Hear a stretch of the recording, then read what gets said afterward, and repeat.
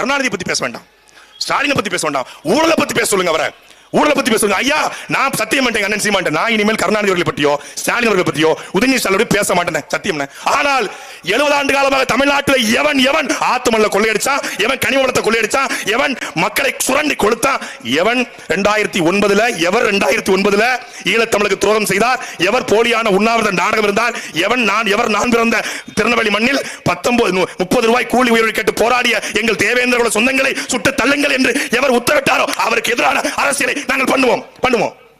கருணாநிதிக்கு எதிராக பண்ண மாட்டோம், திமுக எதிராக பண்ண மாட்டோம், ஸ்டாலினுக்கு எதிராக பண்ண மாட்டோம். ஆனால் மக்களை மடைமாற்றி வைத்திருக்கிற ஓட்டுக்கும் சீட்டுக்கும் கோட்டருக்கும் கோழி பிரியாணிக்கும் மக்களை அடிமைப்படுத்துகிற அந்த அயோக்கிய அரசியலை எதிர்த்து பேசுவோம். நீதிமன்றமே எனக்கு கொடுத்துருக்கு, அடிச்சம்பர் அப்பாயின்மெண்ட் ஆர்டர் கவர்மெண்ட்ங்கிற மாதிரி நீதிமன்றமே உத்தரவு கொடுத்துருக்கு. பேசுங்க, ஊழலை பேசுங்க, லஞ்சத்தை பேசுங்க, நாட்டில் இருக்கக்கூடிய அநீதிகளை பேசுங்கள்.